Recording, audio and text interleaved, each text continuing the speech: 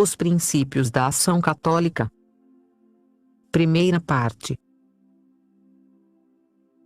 Conforme diagnosticou São Pio X na sua encíclica Notre Charge Apostolique de 25 de agosto de 1910, o pecado original do Silon não consistia numa falta de generosidade, mas sim numa falta de formação.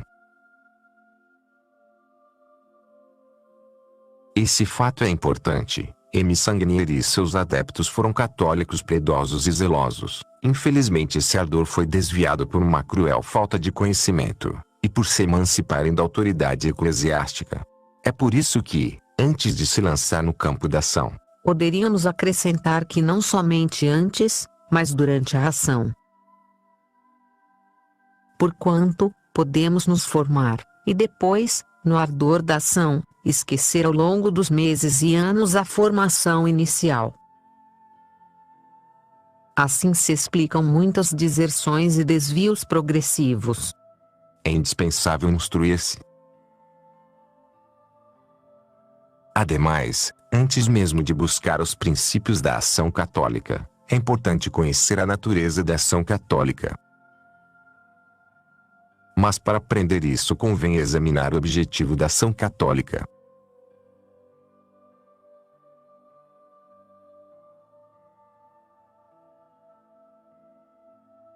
Primeiro, objetivo da ação católica, a cristandade. São Pio X forneceu uma descrição da natureza da ação católica em sua magistral encíclica Enfermo Proposito de 11 de junho de 1905. Com efeito, todos nós da Igreja de Deus somos chamados a formar um único corpo cuja cabeça é Cristo, corpo do qual, conforme ensina o apóstolo Paulo, coligado e unido por todas as juntas, por onde se lhe subministra o alimento, obrando a proporção de cada membro, toma aumento de um corpo perfeito para se edificar em caridade.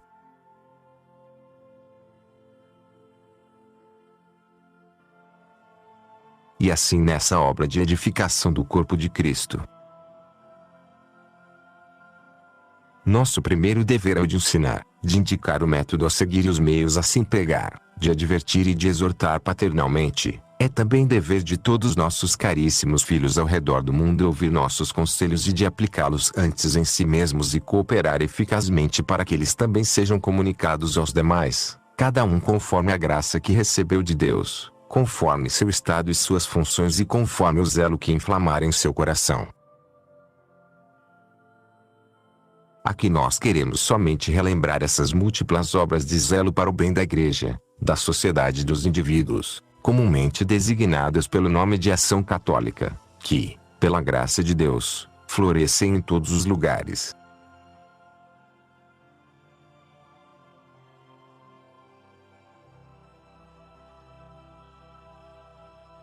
A ação católica tem portanto como objetivo a instauração do reino de Jesus Cristo na Igreja, nas sociedades e nos indivíduos. Seu campo de atividade é imenso e diz respeito tanto à sociedade civil quanto à eclesiástica. Não se deve então reduzi-la ao apostolado privado. Ao contrário, ela visa a instauração integral do reino de Jesus Cristo.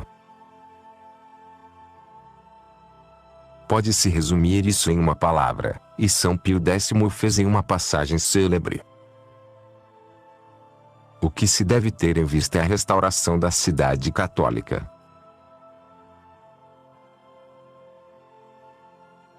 Veneráveis irmãos, é preciso lembrar energicamente, nesta época de anarquia social e intelectual em que cada um se coloca como doutor e legislador, que não se construirá a cidade senão como Deus a construiu, não se edificará a sociedade se a Igreja não deitar as bases e não dirigir os trabalhos. Não, a civilização já não é mais algo a ser inventado, e nem é uma cidade nova a se construir nas nuvens. Ela já existia, ela existe, é a civilização cristã, é a cidade católica. São Pio X, Notre Charge Apostolique, 25 de agosto de 1910. Os papas falam igualmente da restauração da ordem social. que eles falem de ordem social ou de cidade católica, ou mesmo de civilização católica ou cristandade, isso indica um fim bem claro. Não se trata unicamente de agir sobre indivíduos ou microsociedades como a família, mas sim sobre a sociedade como um todo em seu emaranhamento de instituições tanto sociais quanto políticas. É a vila, o bairro, a província e o país que devem ser cristãos. Incluem-se aí as corporações de ofício, hoje chamados de sindicatos, as empresas e as escolas. Longe de se reduzir a cultura ao aspecto midiático ou ocasional, a civilização cristã tende à cristianização plena dos indivíduos e das sociedades, tanto civil quanto eclesiástica. Como foi a cristandade a qual se referiu São Pio X. A questão, do ponto de vista puramente humano, acerca da possibilidade atual e imediata de tal empreendimento é outra. No entanto, não se pode pôr em causa os princípios e, em particular, o dever de se tender em direção a esse ideal. Além disso, na política, cristã ou não, o pior dos erros é considerar-se derrotado com antecedência. Toda a história da Igreja manifesta, ao contrário, a possibilidade, sob as condições mais sombrias, do estabelecimento do reinado social de Jesus Cristo. Confira as conversões de Constantino ou Clovis, assim como a epopeia de Santa Joana d'Arc. Para compreender isso é preciso retornarmos a um dado fundamental de toda a ação cristã, de toda a moral cristã e de toda a vida cristã, o dogma da graça.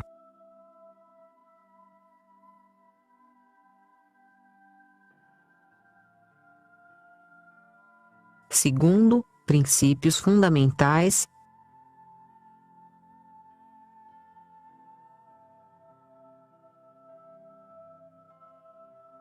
Princípio fundamental, o dogma da graça. Esse dogma permite em todas as épocas buscar a maneira pela qual se deve considerar a vida cristã. Evidentemente isso pressupõe nuances. Muitas nuances. Mas esse princípio é fundamental, de modo que esquecê-lo pode conduzir a catástrofes. Esse princípio pode ser enunciado da seguinte maneira: a graça, ou a vida sobrenatural, vem se somar à natureza humana ferida pelo pecado original. A vida sobrenatural é um acréscimo. Isso significa que não haveria graça, a participação na vida divina, se não houvesse uma alma, um fundamento natural, uma inteligência capaz de conhecer Deus e um coração predisposto a amar Deus. Por conseguinte, a santidade de um homem não é a mesma de um anjo, e a de um adulto não é a mesma de uma criança e assim por diante. É por isso que podemos dizer que a graça segue os contornos da vida natural. A graça tem dois efeitos. O primeiro e mais fundamental consiste em elevar a natureza. Assim, o sobrenatural eleva a inteligência pela luz da fé e a vontade pela caridade. O sobrenatural eleva também a esperança e todas as virtudes morais. A graça, todavia, não só eleva a natureza. Ela cuida da natureza humana ferida pelo pecado original, que está sempre pronta a cair no erro, na dureza de coração, nas facilidades, no amor pelo conforto, no egoísmo e na sensualidade. A graça vem para corrigir essas tendências ruins. Ela corrige o espírito pela revelação sobrenatural e pela vida de fé, pela graça. A vontade é curada de seu amor próprio, de seu egoísmo. O espírito é curado pela caridade e pelas outras virtudes. Diante desse dogma da graça que vem a penetrar uma natureza, elevando-a e corrigindo-a, surgem dois erros opostos que trazem consigo suas respectivas desventuras: o angelismo e o naturalismo. O angelismo enfatiza indevidamente o sobrenatural em detrimento do natural e da natureza ferida. No angelismo esquece-se que a santidade depende do chão no qual o sujeito está pisando. Concretamente, o angelismo para um cristão equivale a limitar-se à oração sem fazer seu dever de Estado. Na vida profissional isso consiste em acumular as novenas para passar o serviço para outros sem contudo dar-lhe a devida atenção. Para uma mãe de família estar na missa quando seus filhos voltam da aula ou quando seu marido volta do trabalho. O naturalismo consiste, ao contrário, em exaltar a natureza perdendo de vista não somente as feridas profundas da natureza, o pecado original, mas sobretudo as colaborações da graça e dos meios sobrenaturais. De maneira prática, um apóstolo naturalista pensa em converter as almas por meio de argumentos eruditos sem recorrer às orações e penitências. Um pai de família naturalista não pensa em dar aos seus filhos meios sobrenaturais. A criança fica numa escola não católica, cercada portanto de uma atmosfera na qual o sobrenatural está excluído. No domínio da ação católica esses dados têm importância capital, pois deve-se levar em conta a natureza humana e a graça. Bem prudente seria o missionário que não levasse minimamente em conta os costumes locais ou da natureza humana e se lançasse de cara no apostolado. Fiz-me judeu com os judeus, dizia São Paulo com conhecimento de causa.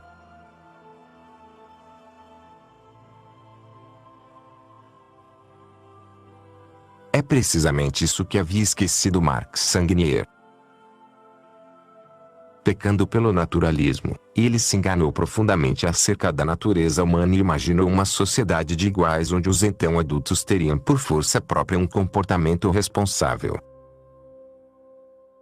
Dupla quimera.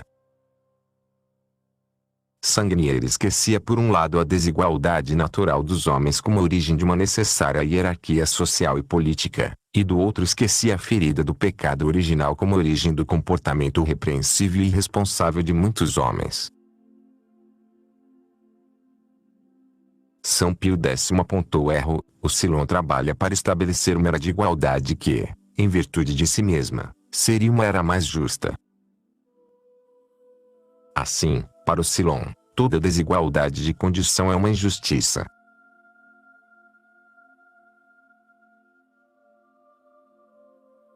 Esse é um princípio supremamente contrário à natureza das coisas, pois é gerador da inveja, da injustiça e da subversão de qualquer ordem social. São Pio X, Notre Charge Apostolique. Contrariamente a isso, a Igreja sempre ensinou que, para cristianizar um povo, deve-se conservar e proteger a ordem natural e seus costumes legítimos. É por isso que, na ação católica, a primeira regra é se adaptar ao real, esse que é um emaranhamento entre natural e sobrenatural. É preciso respeitar as duas ordens sem querer manter uma em detrimento da outra, e de tal maneira que a graça venha elevar e curar a ordem natural. A ação católica deve então ter o cuidado de agir de acordo com a ordem natural entranhando-a da divina graça. Em poucas palavras, ela deve cristianizar a ordem das coisas.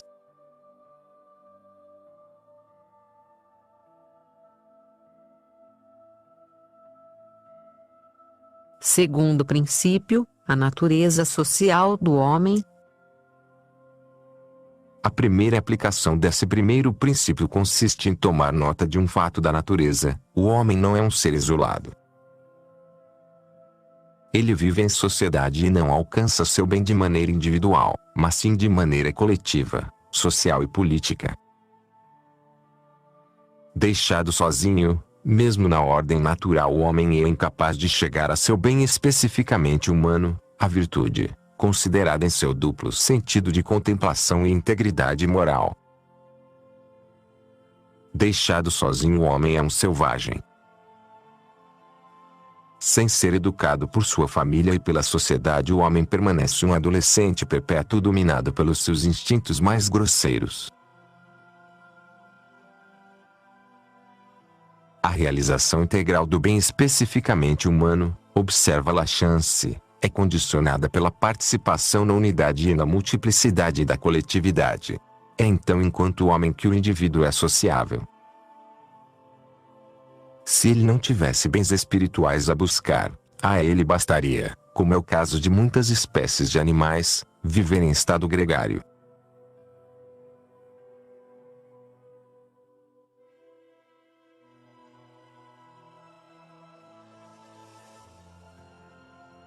Os corpos intermediários. Por outro lado, a vida em sociedade não é um coletivismo em que há de um lado o Estado todo-poderoso e providente e do outro o indivíduo isolado. Esse coletivismo, intentado pelo comunismo ao preço de carnificina humana e naufrágios econômicos, não pode existir senão sob a forte pressão de poderosos órgãos políticos ou financeiros. A ordem política natural não é assim. Ela comporta algo que se chama corpos intermediários. Isso quer dizer que entre o indivíduo e o Estado, o poder político supremo, encontram-se a família, o bairro, a cidade, a província, as empresas locais, etc. Os corpos intermediários, escreveu René Pierron, são grupos sociais ou agrupamentos humanos situados entre o indivíduo isolado, ou a família, célula de base, e o Estado. Eles são constituídos, ora naturalmente, ora por acordo deliberado, tendo como objetivo atingir um fim em comum entre as pessoas que compõem esses grupos.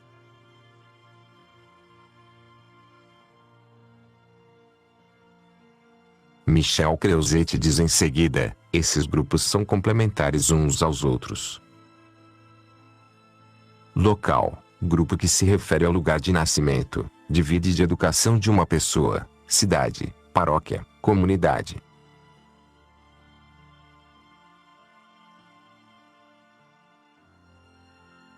Profissional, grupos que dizem respeito à atividade humana, empresa, profissão, trabalho, sindicatos.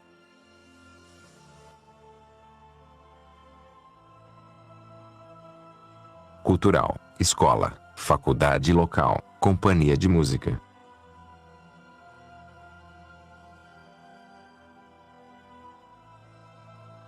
Religioso, a paróquia, a diocese e suas obras.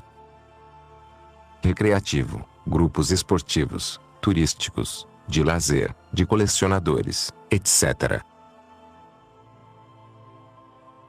Cada conjunto de escalões intermediários constitui uma organização que aplica o princípio de subsidiariedade, a saber, um tipo de delegação, de descentralização do poder. E cada corpo intermediário imprime sua marca no indivíduo. O homem é naturalmente marcado por sua família, sua cidade, sua formação, seu grupo profissional, seu país e sua cultura.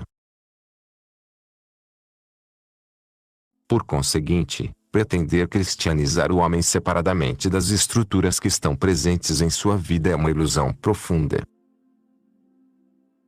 Se o homem vive num universo ateu, isto é, sem Deus na sua família, no seu trabalho, e em toda a sua vida social, então, de maneira geral, é utópico pretender que ele tenha uma santificação verdadeira. Sendo assim, se quer cristianizar o homem é preciso cristianizar a sociedade, os corpos intermediários e finalmente todas as instituições sociais e políticas. É o que a Igreja sempre se esforçou para conseguir, ela pegou um homem tal como ele era, dentro da sociedade. Então, após ter convertido os indivíduos, ela batizou as nações e as cristianizou, é a cristandade. Em suma, toda a doutrina social e política da Igreja pode se concentrar na aplicação desses dois primeiros princípios. A graça deve entranhar toda a natureza do homem sem destruí-la. Ora, o homem é sociável. Então a graça deve entranhar, sem destruir, toda a vida social e política do homem. Como escreveu São Pio X, a ação católica ultrapassa os arredores dos indivíduos. Aqui nós queremos apenas lembrar essas múltiplas obras de zelo, empreendimentos para o bem da Igreja, da sociedade e dos indivíduos, comumente chamadas pelo nome de ação católica.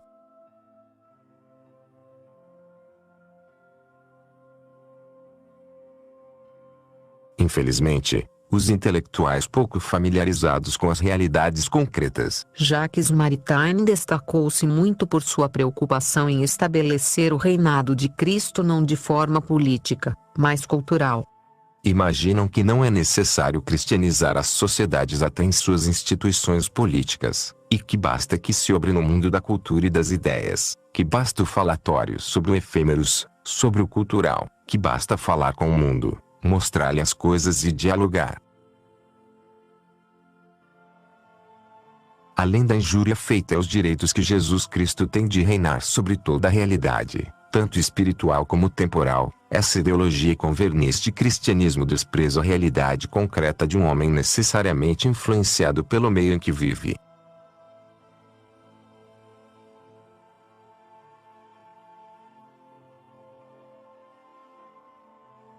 Terceiro princípio, distinção das obras espirituais e temporais. Além disso, se a ação católica visa cristianizar o homem por inteiro, em toda a sua natureza, então essa ação divide-se em dois tipos de obras. As obras estritamente espirituais como a liturgia ou o catecismo. Essas obras são ordenadas diretamente a um bem sobrenatural e sua realização depende imediata e diretamente da Igreja. As obras temporais nas quais se juntam um elemento moral ou espiritual como cuidar de um doente ou restaurar a justiça. Essas obras são ordenadas diretamente a um fim temporal. Cuidar de um doente é, antes de tudo, uma obra natural, mas essa obra deve ser realizada no âmbito e no espírito cristão.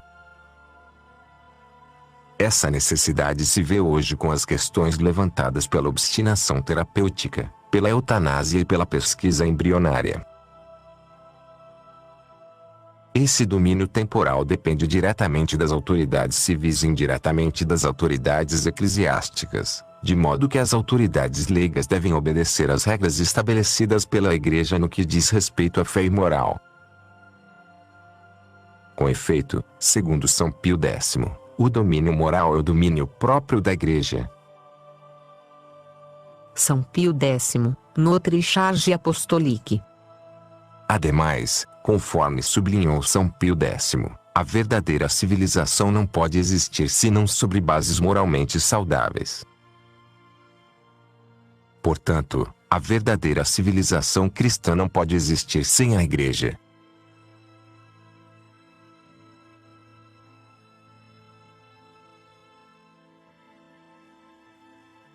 A cristandade. Esse entranhamento sobrenatural da ordem individual, social, política, temporal e espiritual é o que a Igreja fez, graças à colaboração das autoridades civis, naquilo que se chamou cristandade, que São Pio X chamou de civilização cristã. Do ponto de vista estritamente religioso, a Igreja se esforçou para desenvolver a vida sobrenatural. Pela pregação da fé por meio de catecismo, sermões dominicais, missões paroquiais e literatura religiosa. Pela proteção contra a heresia através da vigilância e proibição de publicações heterodoxas, das condenações, do Index, da Santa Inquisição, etc.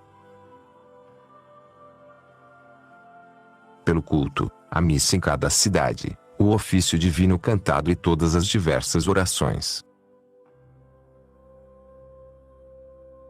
Pela fundação de inumeráveis ordens religiosas e monastérios que cobriram a Europa inteira.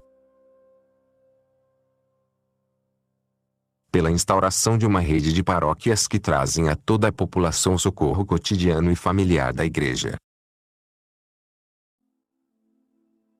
Pela obra das missões apostólicas.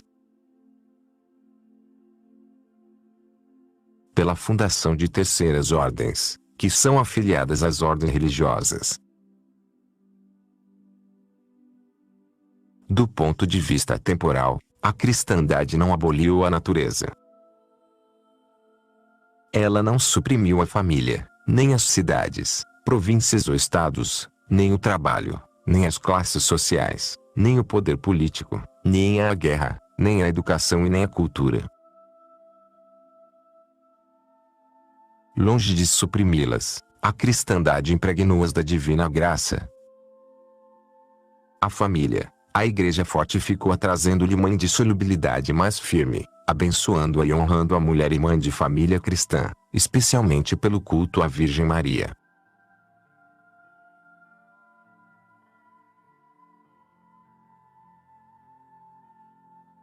A cidade. A Igreja estabeleceu a cidade em torno da Igreja e do altar e unificou-a em torno do seu cura. A Igreja ritmou também a vida da cidade não só com o som dos seus sinos e ofícios divinos, mas também com todo o seu ciclo litúrgico e festas de padroeiros. O trabalho, longe de abolir e de exacerbar as desigualdades, ela buscou permear sua influência sobrenatural nas confrarias corporativas. Ela inaugurou as festas dos padroeiros e instaurou o espírito cristão nos costumes e a caridade entre os membros. As classes sociais, progressivamente, a Igreja suprimiu a escravidão. Por outro lado, ela abençoou e reforçou os votos de fidelidade para com as autoridades, Os senhores. ensinando os súditos a verem seus superiores como espelhos da autoridade de Deus, e aos superiores ensinou quais eram seus deveres pelos quais eles iriam prestar contas no tribunal divino. O poder político, a Igreja batizou e converteu, não sem dificuldades, as autoridades políticas. Os nomes de Constantino e Clovis, Para citar apenas dois. estão para sempre gravados na memória da Igreja. Ela consagrou os reis para dar-lhes ajuda, uma base e orientação espiritual, ordenando-lhes a defender a fé e assegurar o bem e a proteção dos seus súditos, especialmente os pobres e os fracos. A guerra, a Igreja instaurou a trégua de Deus e insuflou o espírito autenticamente cavalheiresco. A educação, a Igreja cobriu a cristandade de escolas anexas às catedrais e depois de universidades, e ao mesmo tempo salvou de uma perda irreparável o patrimônio intelectual da antiguidade. A cultura, a arte em todas as suas vertentes não somente foi encorajada como foi cristianizada, elevada à posição de instrumento de culto. E o que dizer das obras de beneficência feitas pelos hospitais que atendem aos desvalidos, Úteis de eu. leprosarias e asilos de todos os tipos? Não acabaríamos nunca de enumerar as obras suscitadas pela Igreja em seu desejo de restaurar todas as coisas em Cristo Jesus.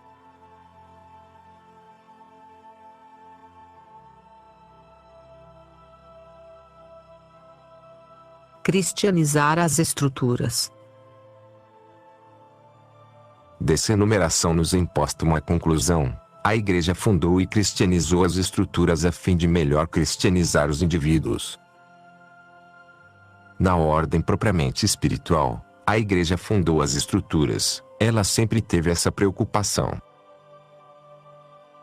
Após a passagem dos missionários, seu primeiro esforço constante foi o de perpetuar o apostolado através da fundação de paróquias, dioceses, monastérios e ordens religiosas.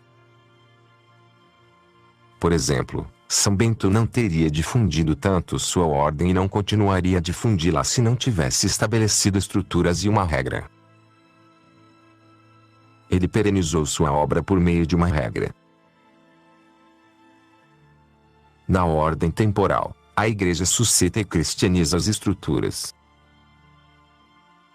Ela não se contenta em marcar culturalmente as pessoas, mas visa batizar as estruturas. Esse foi o erro do Silon, do modernismo, de Maritain e de todos os liberais ao pretender que é preciso se contentar com a ordem espiritual e alcançar os indivíduos sem buscar batizar as estruturas temporais. É um erro profundo que é condenado pela doutrina e pela prática tradicionais da Igreja. Uma outra conclusão se impõe: essas estruturas são multiformes. Na ordem espiritual, a organização da Igreja não é totalitária. Não há o Papa de um lado e logo em seguida o cura da paróquia. Não é um coletivismo religioso. Não é também um igualitarismo absoluto ou a democracia. Entre o Papa e os curas das paróquias há os bispos.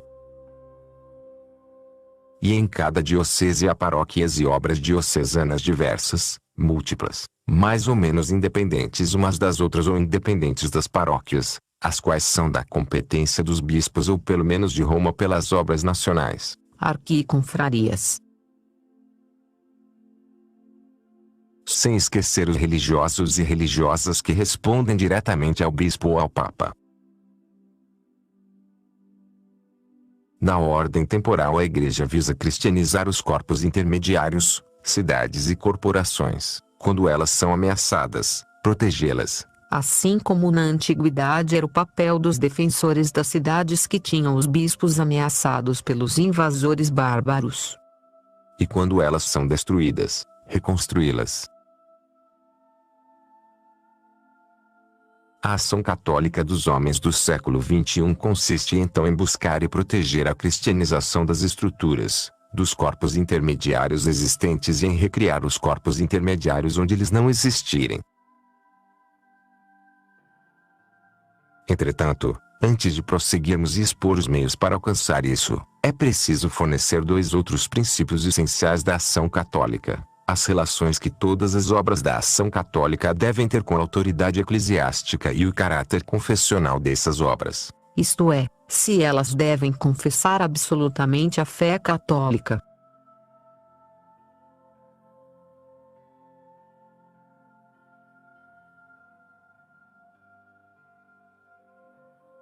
Os princípios da ação católica.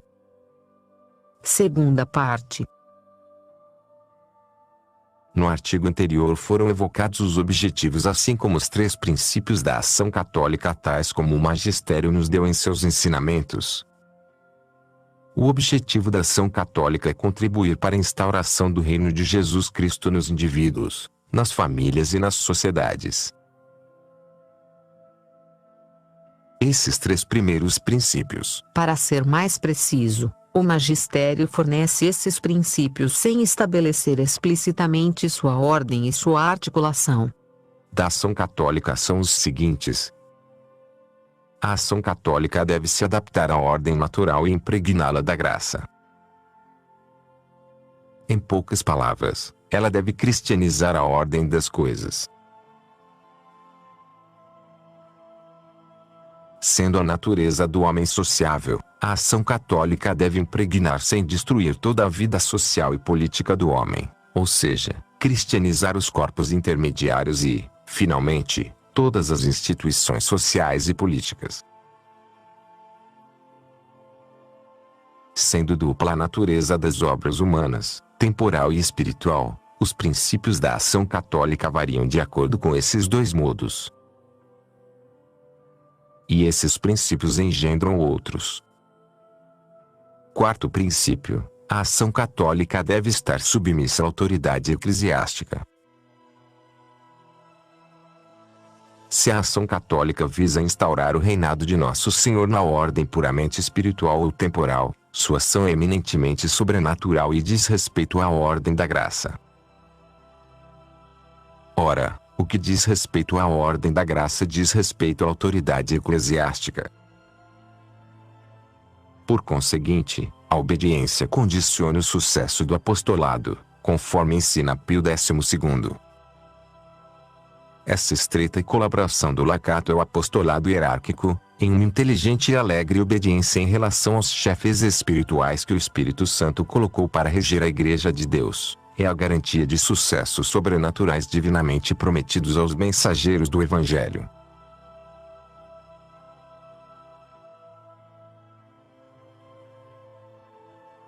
Contrariamente a isso, afastar-se da tutela eclesiástica nas esferas que lhe pertencem equivale a se privar das bênçãos do céu. O magistério da Igreja é particularmente claro sobre esse capítulo da obediência. Em várias ocasiões os papas retornaram ao assunto, especialmente com Silon. Essa insistência explica-se facilmente pela propensão recorrente na qual os leigos engajados na ação política e social emancipam-se voluntariamente da autoridade eclesiástica. Ativos na cidade, esses leigos esquecem facilmente que as esferas sociais e políticas tocam a moral cristã e, por isso mesmo, dependem da hierarquia eclesiástica. Não se edificará a sociedade, insiste São Pio X, se a Igreja não deitar as bases e não dirigir os trabalhos. São Pio X, Notre Charge Apostolique, 25 de agosto de 1910. Certas áreas dependem exclusivamente da autoridade temporal. Entretanto, muitas das áreas afetam, de alguma forma, as competências eclesiásticas. Em particular, a educação, a medicina e a economia estão estreitamente ligadas aos princípios morais. E muito idealista seria aquele que imaginasse encontrar soluções gerais fazendo da economia uma direção moral. Evidentemente isso não significa que os leigos não tenham qualquer poder de direção e nem que a doutrina política da Igreja se confunda com a teocracia. Entretanto, isso significa que, por direito, os leigos permanecem sujeitos à hierarquia católica nos assuntos que tratam de fé e moral. A batina evidentemente não tem de dirigir os protocolos da pesquisa médica, mas se porventura a pesquisa tiver como objeto os embriões humanos ou qualquer outra questão que concerne de alguma forma mesmo a moral natural, então a Igreja possui um dever e um direito de controle. É, portanto, para retomar uma expressão de São Pio X, uma alta direção, e não um minucioso controle dos mínimos detalhes e aplicações. Mais precisamente, a autoridade da Igreja distingue-se na medida em que a ação se relaciona diretamente a um assunto espiritual, como um patronato, um curso de catecismo, um grupo de orações, ou sobre uma questão temporal em que certos aspectos dizem respeito à fé e à moral, como a medicina ou as leis econômicas. Assim, a direção de uma obra propriamente espiritual concerne diretamente em todos os seus aspectos a autoridade eclesiástica. Por outro lado, a direção de uma obra propriamente temporal concerne diretamente a autoridade temporal e indiretamente a autoridade espiritual. A gestão de uma empresa depende por direito a um leigo, mas esse poder permanece sujeito à autoridade eclesiástica do ponto de vista moral. Dessa maneira, se um leigo vier a faltar com o direito cristão na sua gestão, a autoridade eclesiástica estaria em posição de, pelo menos por direito, penalizá-lo, como, por exemplo, se um diretor de empresa forçasse, por meio do seu próprio cargo, seus empregados a trabalharem de domingo. Embora seja de natureza temporal, a pesquisa médica não escapa, assim como outras disciplinas, ao direito de controle da Igreja.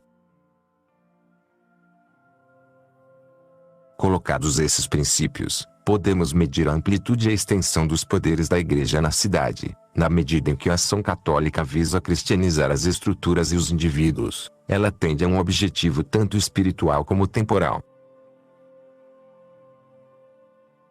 Ela não é então puramente temporal, e portanto deve estar sujeita à hierarquia, ou seja ao direito comum da Igreja, aos bispos. Tudo isso está ali nitidamente exposto por São Pio X. Resta-nos, veneráveis irmãos, tratar de uma outra questão da maior importância, a relação que todas as obras da ação católica devem ter com a autoridade eclesiástica.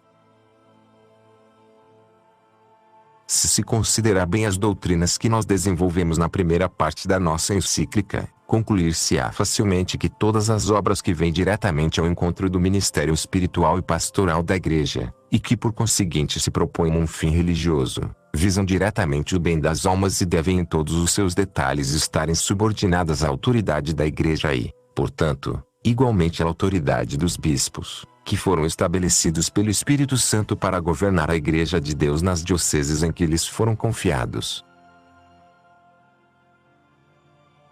Mas, mesmo as outras obras que, conforme dissemos, são especialmente fundadas para restaurar e promover em Cristo a verdadeira civilização cristã, e que constituem no sentido mais alto a ação católica, não podem de maneira alguma serem concebidas independentes do conselho e da alta direção da autoridade eclesiástica, especialmente porque todas elas devem se conformar aos princípios da doutrina e da moral cristã, e menos ainda é possível concebê-las em oposição mais ou menos aberta a essa mesma autoridade. É certo que tais obras, dada sua natureza, devem se mover com a liberdade que lhes razoavelmente convém, pois é sobre elas mesmas que recairá a responsabilidade das suas ações, sobretudo nos assuntos temporais e econômicos, assim como naqueles da vida pública, administrativa ou política, todas elas alheias ao ministério puramente espiritual. Mas uma vez que os católicos carregam sempre o estandarte de Cristo, por isso mesmo eles carregam o estandarte da Igreja, e é portanto razoável que eles recebam-no das mãos da Igreja, que o guarda para que sua honra seja sempre imaculada, e que a ação dessa vigilância maternal os católicos submetam-se como filhos dóceis e afetuosos. Daí fica manifesto o quão errado estavam aqueles que, embora poucos, aqui na Itália e sob nossos olhos, quiseram se encarregar de uma missão que não haviam recebido nem de nós e nem de qualquer um dos nossos irmãos do episcopado, e que se puseram a cumpri-la não somente sem o devido respeito à autoridade, mas até mesmo indo abertamente contra a vontade dela, buscando legitimar sua desobediência por meio de distinções fúteis. Eles diziam, ainda assim, que levavam um estandarte com o nome de Cristo, mas tal estandarte não poderia ser de Cristo, pois eles não traziam consigo a doutrina do Divino Redentor, de modo que aplicam-se aqui essas palavras: o que a vós ouve, a mim ouve, e o que a vós despreza, a mim despreza. Evangelho segundo São Lucas, 10:16. O que não é comigo, é contra mim, e o que não colhe comigo, desperdiça. Evangelho segundo São Lucas, 11:23. Essa é uma doutrina de humildade, submissão e respeito filial.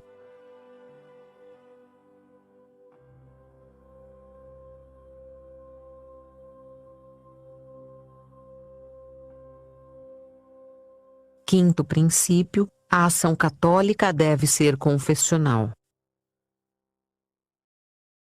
Por ter um objetivo sobrenatural, a ação católica deve usar de meios sobrenaturais e propagar a fé católica. Necessariamente, ela vem acompanhada da profissão pública de sua pertença à fé católica. Se por infelicidade ela não o fizer, sua ação cessaria de ser propriamente católica e deveria antes se chamar ação neutra ou deísta, ou até mesmo ecumênica. Porquanto, a ação católica não deve ser aconfessional, sem religião, e nem mista, interreligiosa.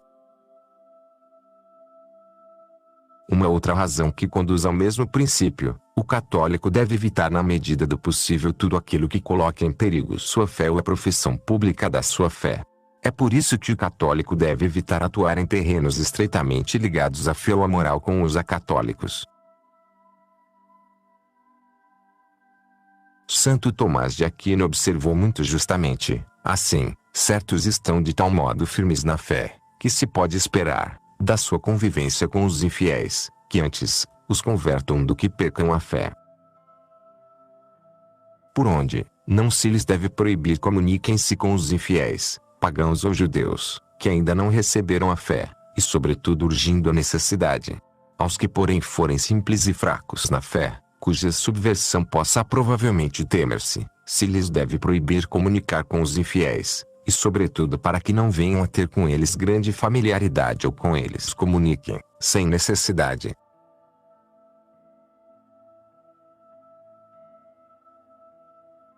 Ora, ser firme na fé supõe não somente tê-la, mas tê-la bem arraigada e bem formada, algo que é privilégio de poucos. Daí o escândalo frequente dos jovens de antigamente, que perdiam a fé no serviço militar e hoje perdem-na na universidade laica. Essa defesa se compreende se entendermos a tendência natural da psicologia humana a colocar de lado a diferença religiosa ou não, a partir do momento em que se trabalha em comum. Com efeito, a inclinação natural ou naturalista, é relegar ao segundo plano sua fé para evitar se zangar ou desagradar seus colegas. Sob o pretexto de eficácia na própria ação apostólica, a tentação habitual consiste em se mostrar discreto acerca da sua fé, imaginando que se poderá mais tarde afirmá-la mais nitidamente. Isso é esquecer que a contrapartida da associação com a católicos terá ela também um preço, e que será ainda mais difícil afirmar sua fé uma vez que ela já foi colocada entre parênteses. Assim, é ilusório querer se opor ao aborto dissimulando suas convicções católicas e as razões propriamente católicas que sustentam essa defesa. Conformar-se com argumentos e slogans puramente filantrópicos equivale a deixar a ação propriamente católica. Além disso, se por infelicidade, esse gênero de ação se enraizar numa prática habitual, o combate ao aborto não terá algo de verdadeiramente católico, mas antes de propriamente naturalista, acaba-se por não combater mais o aborto como antes sendo um pecado cometido contra Deus, mas sim como uma ofensa à vida, algo que, no final das contas, está em conformidade com os pagãos.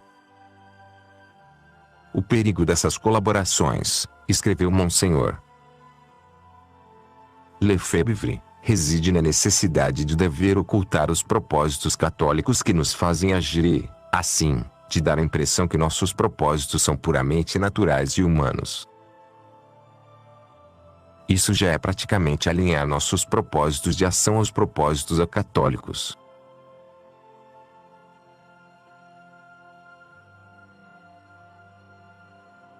Deposto por São Gregório VII, Henrique IV, imperador do Sacro Império Romano Germânico, veio fazer a emenda honorável em Canossa aos pés do pontífice, nave lateral da Basílica de São Pedro.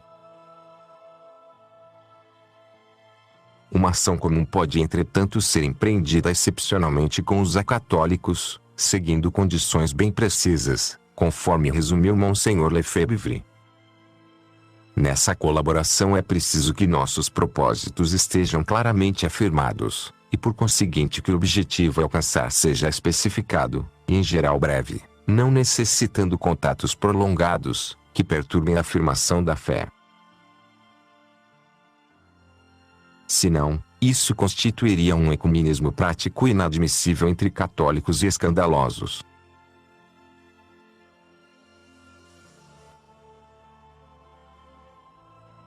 Seguindo o mesmo princípio, o católico não deve entrar em sindicatos neutros ou mistos.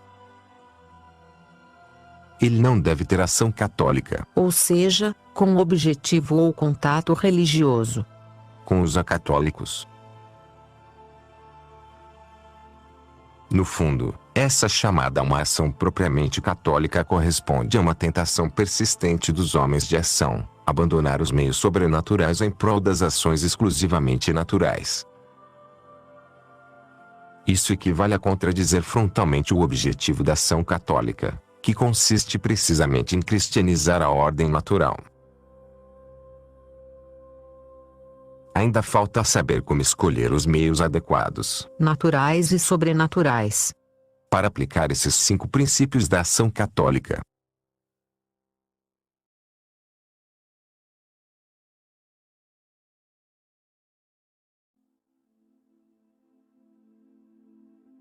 Os princípios da ação católica. Terceira parte. Cristianizar a sociedade em todos os seus elementos e fazer irradiar Cristo Rei, tal é o desejo caro a muitos corações católicos. Ainda é preciso saber como se tomar uma decisão acerca dos meios. Por isso, após ter evocado os grandes princípios da ação católica, resta-nos ver como aplicá-los, em quais campos de ação. Campo e meio de ação estão ligados. Escolher seu terreno é o meio de ser eficaz. E segundo quais condições? Ademais, importa, observa São Pio X, definir claramente as obras pelas quais as forças católicas devem se esforçar empregando toda sua energia e constância.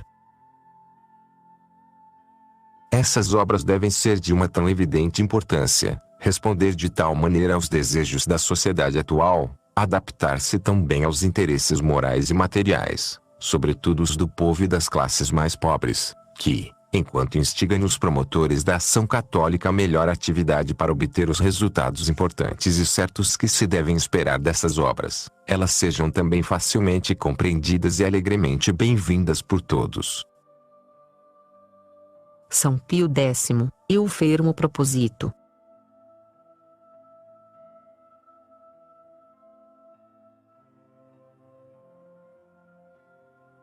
Privilegiar as estruturas. Além disso, mantidas inalteradas todas as outras coisas, parece necessário visar ainda mais as estruturas. Por estrutura entendemos tudo aquilo que dura além dos indivíduos e que pode mais ou menos contribuir para manter um espírito cristão. São evidentemente as corporações, escolas, mas ainda as festas cristãs de preceito como a segunda-feira de Pentecostes, a igreja do povoado, a cruz na entrada da cidade, etc. Que os indivíduos. O indivíduo afeta os demais indivíduos e desaparece em seguida. A estrutura permanece.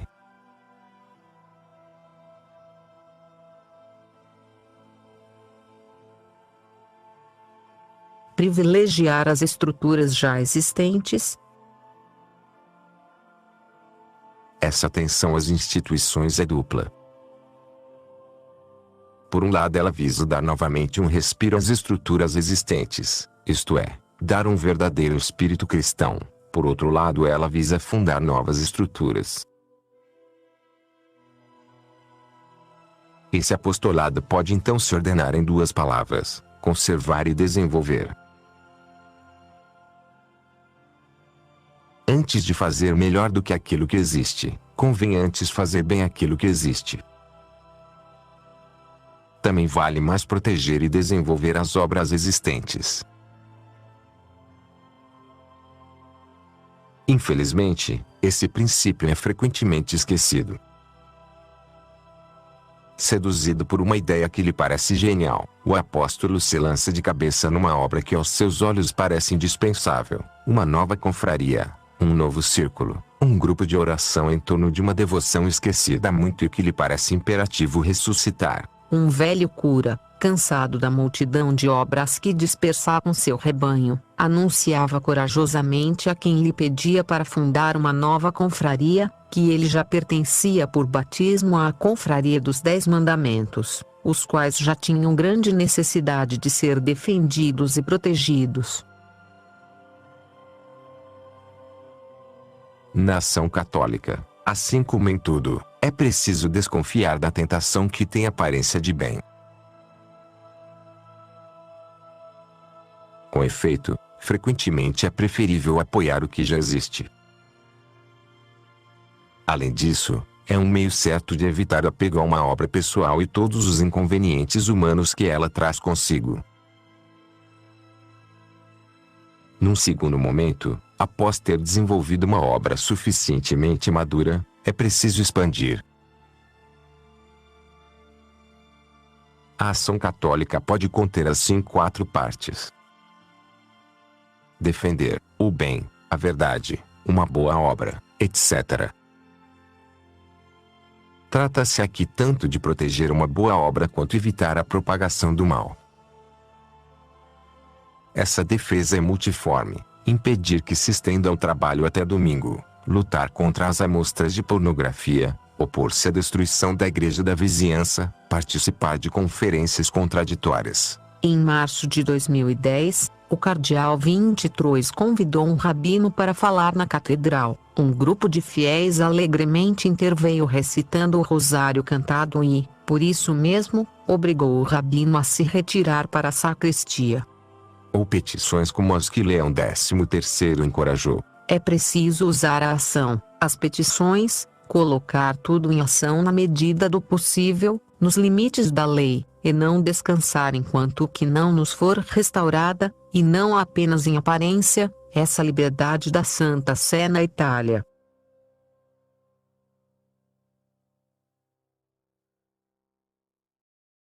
Apoiar. Muitas obras de salvação devem sua existência somente à ajuda de fiéis generosos de suas pessoas ou de seus bens.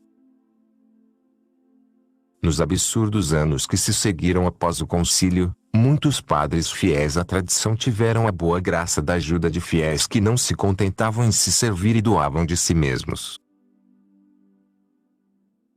Esse tipo de ajuda é muito variado: devotar-se ao coral de uma paróquia, assinar a revista paroquial. Além do bem recebido, é uma maneira de manter uma obra. Colocar seus filhos nas boas escolas. Além do bem primordial para as próprias crianças, trata-se de manter as obras existentes. Preferir ir a um simpósio em vez de passear, ir à excursão até Lourdes. NDT, no caso do Brasil, a Aparecida. Organizada pela paróquia em vez de fazer sua viagem pessoal na qual você só atende ao próprio interesse, etc.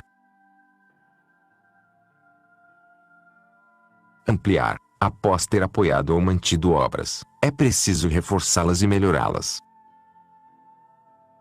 Pode-se recrutar para os retiros espirituais, levar os novatos a um curso de catecismo, a uma escola, a um círculo de jovens famílias, a um acampamento de férias, etc.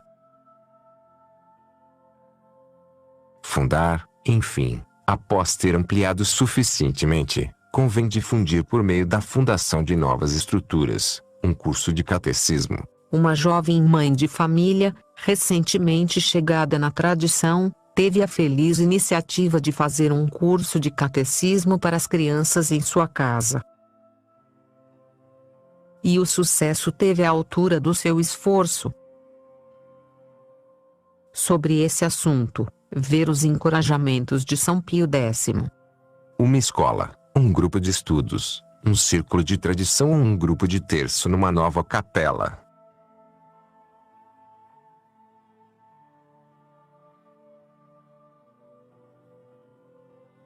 Privilegiar as estruturas existentes.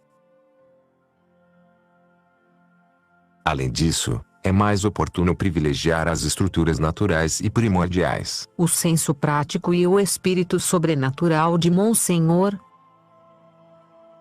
Lefebvre sempre o levou a fundar prioritariamente obras sobrenaturais fundamentais antes de refundar estruturas mais secundárias, sem ser supérfluas. Sua principal e mais importante obra prática continua sendo a fundação de um seminário e em seguida a Fraternidade São Pio X com seu conjunto de obras que dali nasceram, os outros seminários, os priorados, as casas de retiro espiritual, as escolas, as terceiras ordens, etc. Desses priorados e distritos surgem ou são divididos hierarquicamente muitos outros movimentos diversos e secundários, a Cruzada Eucarística, a Legião de Maria, Civitas, os veteranos aposentados, etc. Em vez das estruturas artificiais e secundárias, tanto da sociedade civil quanto da eclesiástica. Por exemplo, se um leigo se pergunta se ele deve aplicar seu tempo livre na fundação de uma nova confraria ou na ajuda a uma escola, mais vale ajudar a escola, é mais necessário e mais fundamental. Em um texto que dificilmente envelhecerá, Pio XII indicou 3 campos de apostolado que um cristão deve considerar como prioritários. Não serão encontrados campos novos e inexplorados. Ao contrário, o que se encontrará serão os terrenos clássicos e acessíveis a todo católico, a igreja, a família e o trabalho. O marechal não estava, portanto, afastado desse pensamento quando ele substituiu justamente, enquanto chefe de Estado, a Igreja pela Pátria e defendeu a restauração nacional reunindo todos em torno do trabalho, da família e da pátria. O resto vem depois, tão logo estiverem fortificados e desenvolvidos esses campos de ação. Esse ensinamento de Pio XII, afinal de contas, não foi senão uma aplicação do princípio segundo o qual devemos defender e restaurar os corpos intermediários. Na encíclica Mater et Magistral, João 23, seguindo Pio XI, lembrou a necessidade da reorganização da vida social mediante a reconstituição de corpos intermediários autônomos com finalidade econômica e profissional, criados pelos particulares e não impostos pelo Estado. A ação católica se diversifica enquanto visa a santificação da família, desde ajuda financeira até os acampamentos de jovens, passando pela monitoria de crianças durante a missa e o movimento católico das famílias. No mundo da tradição, onde as jovens mães de família estão frequentemente sobrecarregadas, a organização mais estruturada de ajuda concreta às mães feita pelas jovens garotas que se devotam benevolentemente a tal atividade é um exemplo. Da escola. A obra das escolas representa um belo terreno para o apostolado. Essa ajuda, mencionada acima, pode se realizar de diversas maneiras. Sem dúvida é importante trazer uma ajuda financeira. Os pais, que comumente não têm dinheiro, costumam deixar a situação mais confortável aos avós. Mas é mais benéfico ainda investir a sua própria pessoa, oferecendo-se benevolentemente para dar cursos caso possua habilidades que possam ser oferecidas. Graças a Deus, esse exemplo, como muitos outros citados aqui, não são teoria, mas uma realidade em diversos locais da tradição para a maior edificação das crianças. Ou ajudando a escola nas várias atividades que fazem parte dela, cozinha, manutenção e monitoramento de alunos. Agremiações profissionais. A tradição conta ainda com diversos grupos desse tipo. Association Catholique des Infirmiers et Médecins. Associação Católica de Enfermeiros e Médicos. Association de Juristes Catholiques. Associação de Juristas Católicos. Para apoiar esse tipo de agremiação pode-se entrar em uma, torná-la conhecida às pessoas próximas e propagar os materiais impressos e afins que demonstram sua necessidade. Cidades pequenas e a vida política. Um certo número de fiéis conseguiu obter uma responsabilidade política e ter uma influência real. Destacam-se, dentre outras possibilidades de ação, a interdição de uma festa rave, a interdição da construção de uma mesquita, a restauração da igreja local, etc. O próprio Monsenhor Lefebvre encorajava os fiéis a ocuparem cargos de responsabilidade na vida política local, e o movimento Civitas o fez. A ação católica é portanto bem mais completa que as manifestações de rua ou colagem de cartazes. Não que essas duas ações não sejam jamais boas, mas a ação católica deve ser mais profunda, mais durável e mais eficaz. Por conseguinte, ela não se coloca naquilo que é passageiro. E para ser mais eficaz, ela deve proteger e desenvolver antes de tudo as estruturas naturais. E o que é verdade para a sociedade civil é verdade para a sociedade eclesiástica. É particularmente lamentável constatar que se sonha com mais frequência em formar um novo grupo de oração do que ir às vésperas, que por sua vez constituem a oração litúrgica de Cristo em sua Igreja. Queira Deus que a energia empregada pelas orações privadas seja direcionada à prece litúrgica.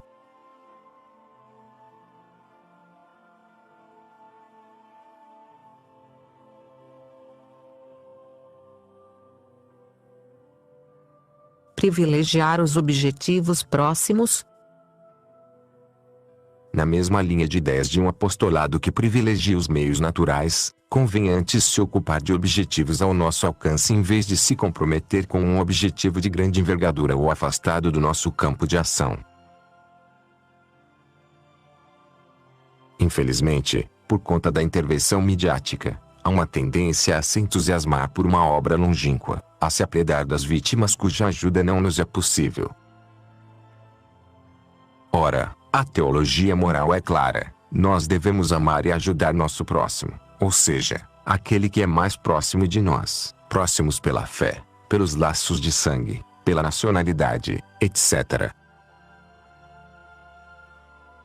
Em particular, antes de pensar em fundar todo tipo de associação, é preferível defender as estruturas que estão próximas de nós, nossa paróquia, a escola local, o grupo do priorado, etc. Antes de fundar um grupo político ou de lutar contra a subversão, o pai de família deve se ocupar com sua esposa e com seus filhos. É um sistema cristão e civilizacional que é preciso criar, e não uma insígnia cristã visível a todos e em todos os lugares. Portanto, não é preciso considerar o apostolado da mesma maneira que, grosso modo, considera-se o comércio. Essa distinção tem sérias consequências no emprego de meios mais concretos. Por trata-se de apoiar obras basicamente naturais como a família, os meios adequados serão frequentemente naturais e, por isso mesmo, acessíveis à maioria. O combate na internet, por exemplo, é certamente útil, mas secundário, e portanto ele deve servir para desenvolver as estruturas cristãs naturais. Quando se vê quanto tempo muitos dos fiéis passam olhando os sites da tradição em busca de qualquer novidade, é o caso de perguntar se esses sites fazem um serviço ou um desserviço à vida interior dos fiéis, fim supremo do apostolado.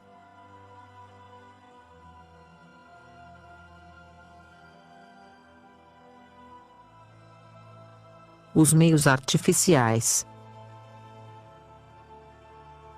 Além disso, ao se esforçar para manter uma obra artificial, Como um site de internet. os meios utilizados serão mais artificiais e mais perigosos de se manusear, valorizando mais a imaginação e o marketing do que a vida interior e o dever de Estado, predispondo o apóstolo mais à superficialidade do que à mortificação ou à interioridade ou ao sobrenatural. Por infelicidade, quem é da era da comunicação em massa sonha com meios proporcionais à sua ambição.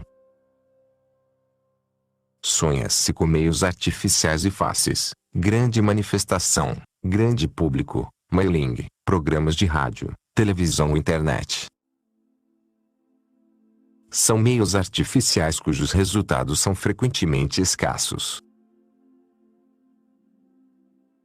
Sobrenaturalmente. Frequentemente os meios artificiais levam a resultados sensacionais. Mas artificiais. O efeito está à altura da causa. Se o apóstolo usa de todos os meios para obter sucesso, esses meios artificiais, que os santos sabem usar, vêm num segundo momento.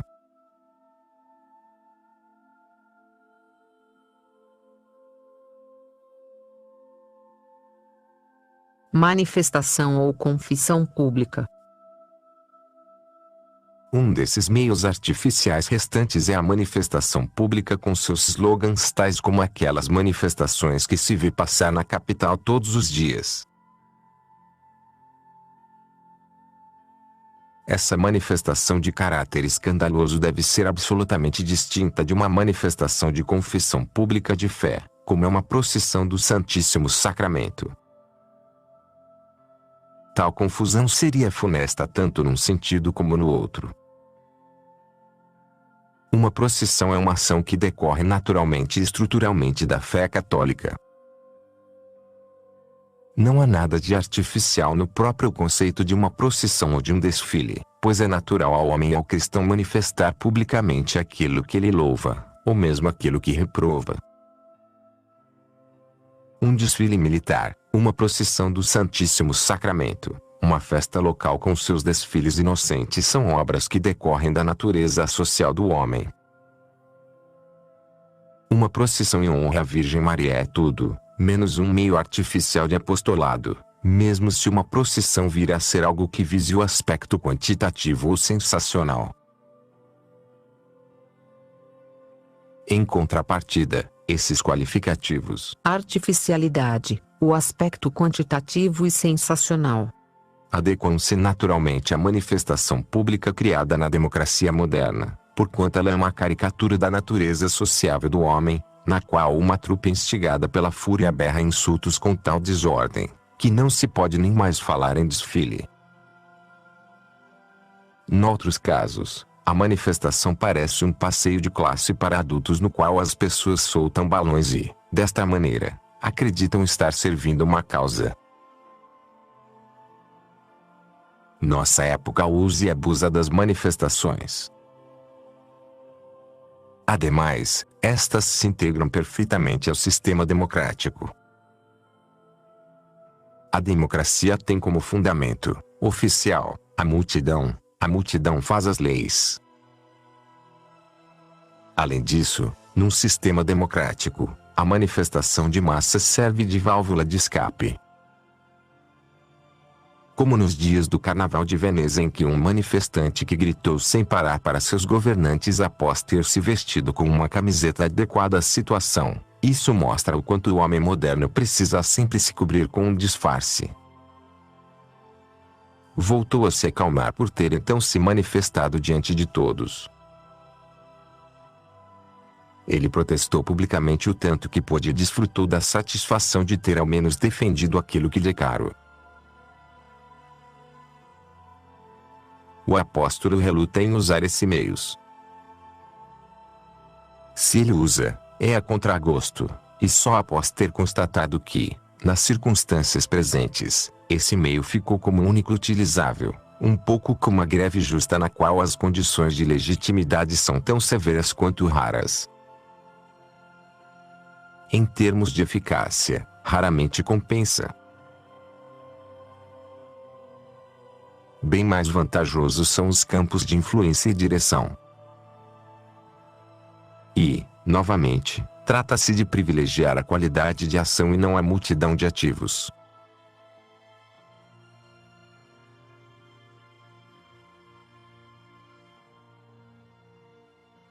as posições de influência. É certo, lembrou São Pio X, que as constituições atuais dos estados dão indiscriminadamente a todos a faculdade de exercer influência sobre a coisa pública, e os católicos, com o devido respeito às obrigações impostas pela lei de Deus e pelos preceitos da Igreja, podem certamente usar isso em proveito próprio, e podem de tal maneira, que eles podem se mostrar tão capazes como os demais, ou mesmo mais do que os outros, ao cooperar com o bem-estar civil e social do povo. Ao fazer isso, eles adquirirão aquela autoridade e prestígio que lhes tornarão capazes de defender e promover os bem maiores, ou seja, os bens das almas. São Pio X, e o fermo proposito. E de maneira ainda mais explícita, Leão XIII, em um documento maior sobre a ação católica, Graves de Comuni, de 18 de janeiro de 1901, lembrou a importância das posições de influência. Deve-se, sobretudo, recorrer à benevolente ajuda daqueles cuja posição, fortuna, cultura espiritual ou moral garantem-lhes mais influência na sociedade. Estando ausente essa ajuda, dificilmente será feito algo de verdadeiramente eficaz que venha a melhorar, da maneira que se gostaria, a vida das pessoas.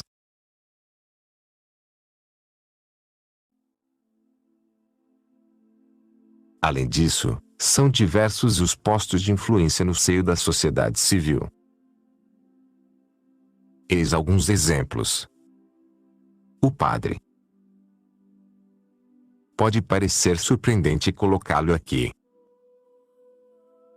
Com efeito, embora seu poder de decisão ou de direção seja quase inexistente na cidade, seu poder de influência é considerável.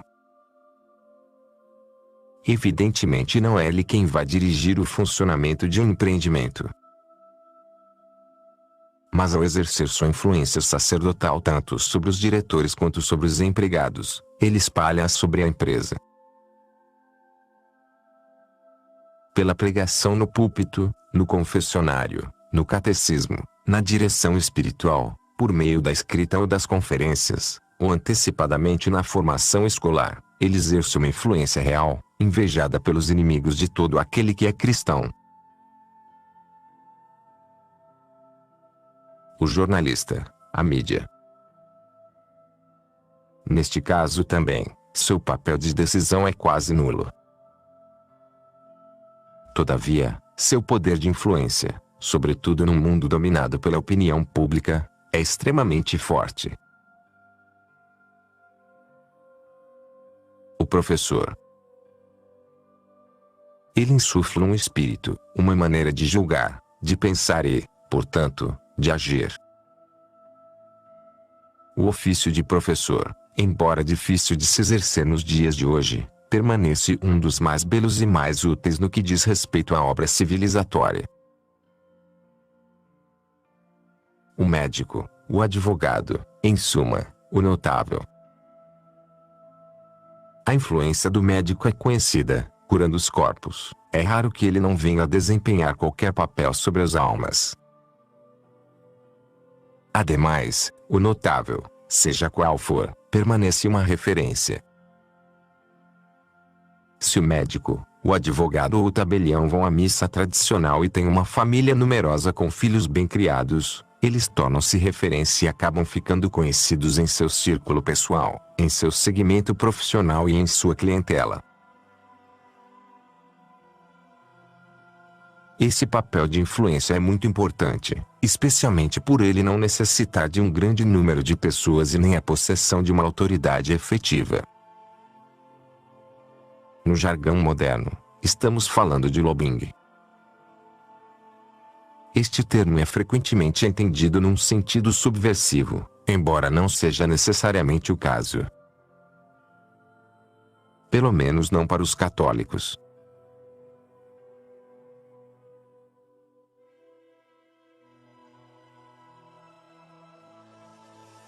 Dirigir. Por fim, acima do poder de influência encontra-se o poder de direção.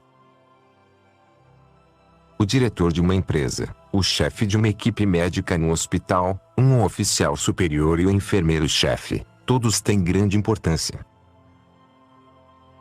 Suas decisões repercutem desde o topo até a base da hierarquia e lhe dão caráter.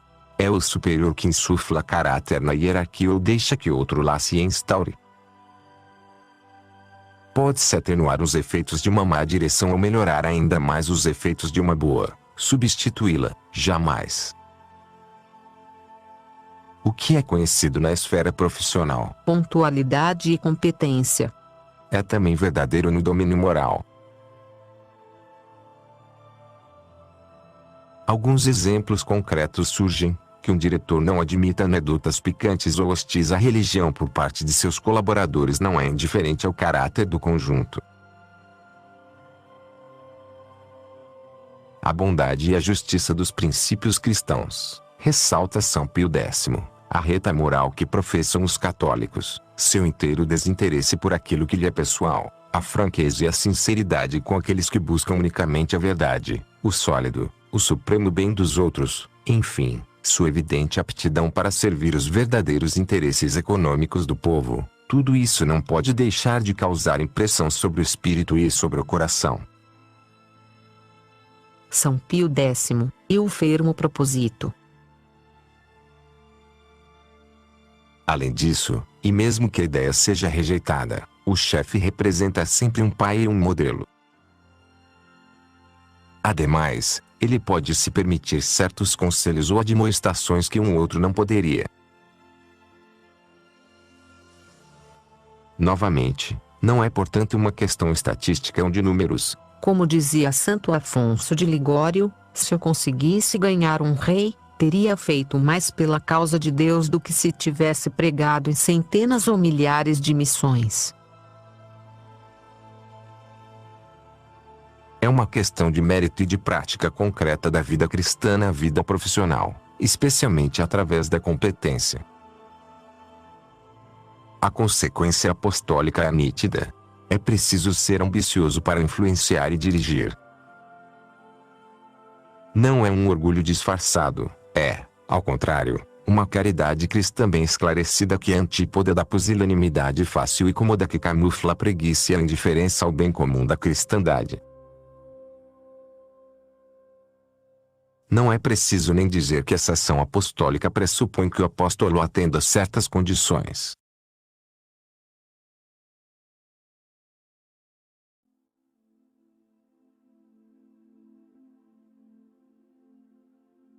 Os princípios da ação católica.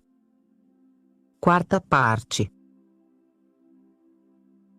Por mais pertinente que sejam os campos de ação do apóstolo, e por mais elevado que esse campus seja na sociedade, sua eficácia depende necessariamente de algumas condições pessoais. Ora, o católico que deseja ver o reino de Jesus Cristo intervém em dois tipos de esfera bem distintas, uma puramente espiritual e a outra puramente temporal. Além disso, o verdadeiro apóstolo deve ser dotado de qualidades espirituais e humanas.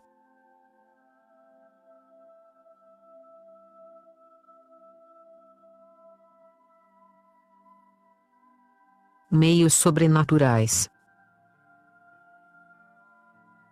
Um adágio filosófico extremamente simples ensina que a causa é proporcional ao efeito.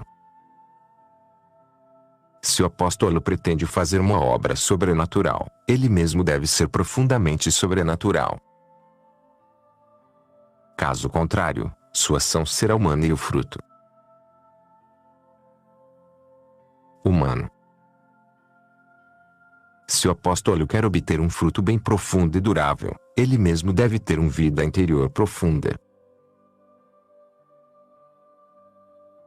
O apóstolo deve, portanto, ter necessariamente como apoio uma profunda vida interior. Por isso é que os papas insistem tanto na vida de oração que deve dirigir toda a ação católica, que por sua vez é um prolongamento da ação salvífica de Cristo e dos apóstolos. E, com efeito, trata-se de uma verdadeira vida de oração, e não do cumprimento de alguns exercícios de piedade. É uma vida de piedade, e não um verniz de piedade que não teria qualquer influência sobre a maneira de viver e julgar.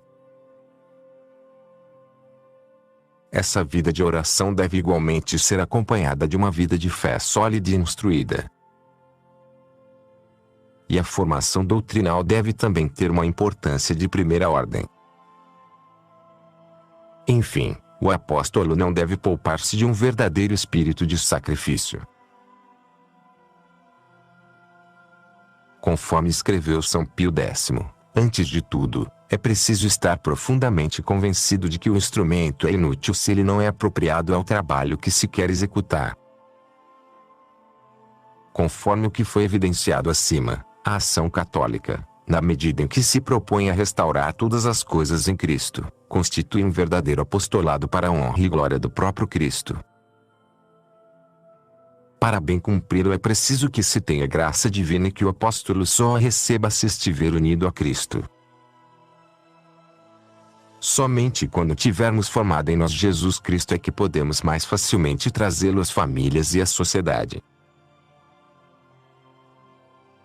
Todos aqueles que são chamados a dirigir ou que se consagram a promover o movimento católico, devem ser católicos a toda a prova, convictos de sua fé, firmemente instruídos nos assuntos religiosos, sinceramente submissos à Igreja e especialmente à Suprema Sé Apostólica e ao Vigário de Jesus Cristo sobre a terra. Eles devem ser homens de piedade verdadeira, de varonil virtude, íntegros nos costumes e de uma vida de tal modo intemerata que eles sirvam a todos de eficaz exemplo.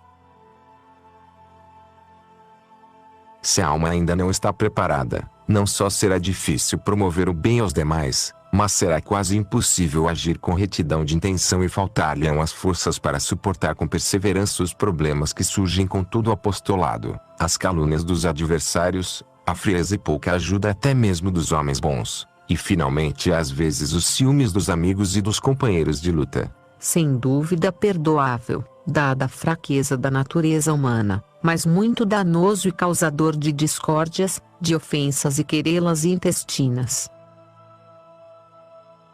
Somente uma virtude paciente e firme no bem, e ao mesmo tempo suave e delicada, é capaz de remover ou diminuir essas dificuldades de maneira que a obra a qual estão consagradas as forças católicas não sejam comprometidas. A vontade de Deus, dizia São Pedro aos primeiros cristãos, é que, obrando, vós caleis os insensatos, porque assim é a vontade de Deus, que obrando bem façais emudecer a ignorância dos homens imprudentes. Primeira Epístola de São Pedro, 2,15. Quase meio século mais tarde, Pio XII renovava a mesma advertência insistindo na virtude pessoal. Esse esclarecimento nos parece capital conforme cresce a cada dia a distância entre a vida em comum e a vida pessoal. Zelosos em grupo na ocasião de alguma manifestação, muitos católicos abdicam da luta quando estão isolados. Esses meios sobrenaturais são evidentemente usados nas obras puramente espirituais como um grupo de oração, no apostolado do catecismo, etc. Mas eles têm da mesma maneira seu lugar necessário nas obras temporais. Um trabalhador cristão irradiará em sua empresa se ele conhece o seu catecismo, se ele é aplicado ao seu dever de Estado, se ele reza em seu trabalho, evita as palhaçadas e outras palavras que soam inconvenientes na boca de um cristão, etc.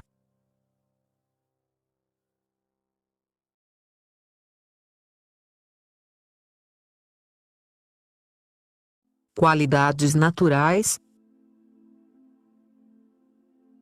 Dito isso, as qualidades naturais não devem entretanto ser deixadas de lado, longe disso.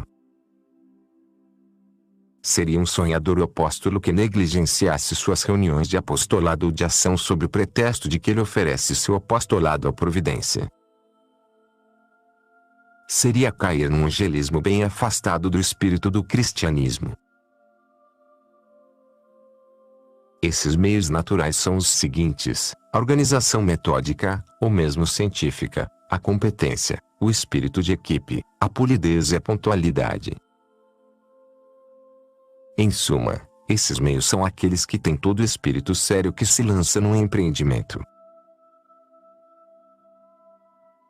Quantas ações de pequena ou grande envergadura falham por falta de preparação suficiente, por uma estupenda negligência dentre os apóstolos, Negligência entretanto sobrenatural, que não permitiriam tal desleixo se tratasse de seu dever de Estado profissional.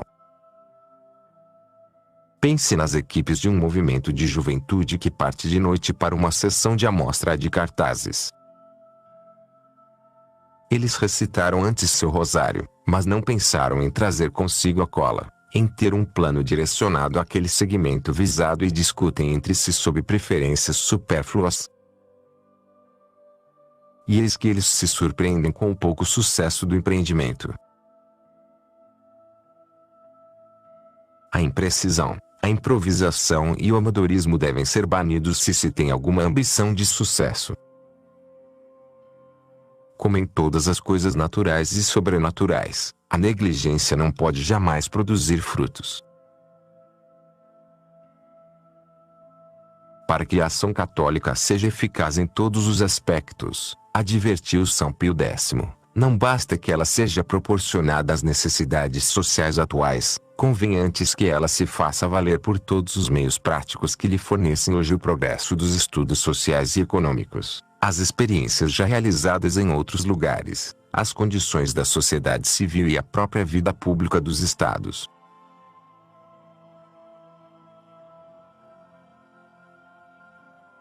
Ademais, essa ação não deve ser unicamente individual, caso contrário ela seria ineficaz.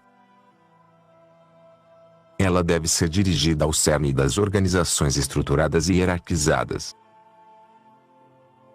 Querer agir unicamente de uma maneira solitária reduz consideravelmente o campo e a eficácia do apostolado. O individualismo não convém de maneira alguma, sobretudo no apostolado. Evidentemente, esses meios naturais são identificados nas obras mais diretamente temporais, mas também se encontram nas obras puramente espirituais. O apostolado de um movimento de juventude desenvolve melhor se os membros desse movimento são pontuais, organizados, disciplinados e sabem trabalhar em equipe. Eis, por exemplo, uma conferência sobre assunto espiritual programada para acontecer num horário determinado. Mas os membros interessados chegam a conta-gotas de modo que a conferência não pode começar senão com meia hora de atraso. Resultado: a refeição prevista após a conferência é marcada para outro dia. E isso irrita a todos. E a prece final é abreviada, quando não pura e simplesmente suprimida. A falha pode incidentalmente vir do próprio conferencista, cuja intervenção pode ser desleixada e mais longa que o previsto. E então, os que vieram pela primeira vez prometem a si mesmos nunca mais voltar num movimento em que os slogans de campanha são diametralmente e ridiculamente opostos às realidades concretas. É um fracasso, os membros são desencorajados e o demônio esfrega as mãos.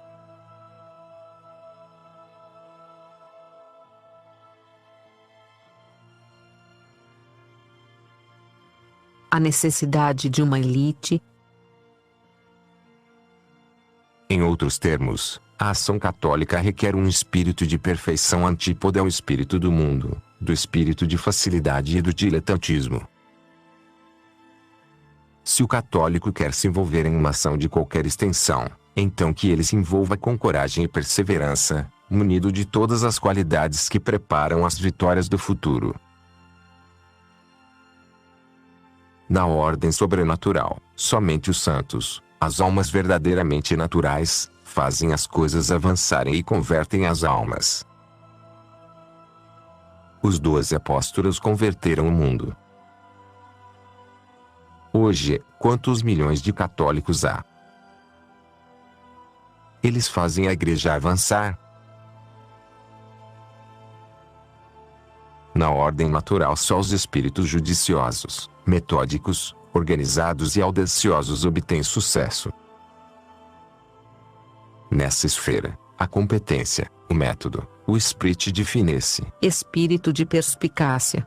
E a força de convicção trazem consigo as boas recomendações. Hoje em dia, quantos católicos consideram o apostolado não como um passatempo, mas como uma ação cuidadosamente organizada, atenciosamente preparada e pacientemente conduzida? Por fim, quaisquer que sejam as qualidades requeridas, tudo se reduz a isto: o espírito de perfeição. Que possam todos os católicos cultivar esse espírito em vez de simplesmente sonhar com ele. Só o espírito de perfeição poderá trazer de volta à igreja e à cidade o brilho com o qual sempre resplandeceram e que são capazes de irradiar em todas as épocas.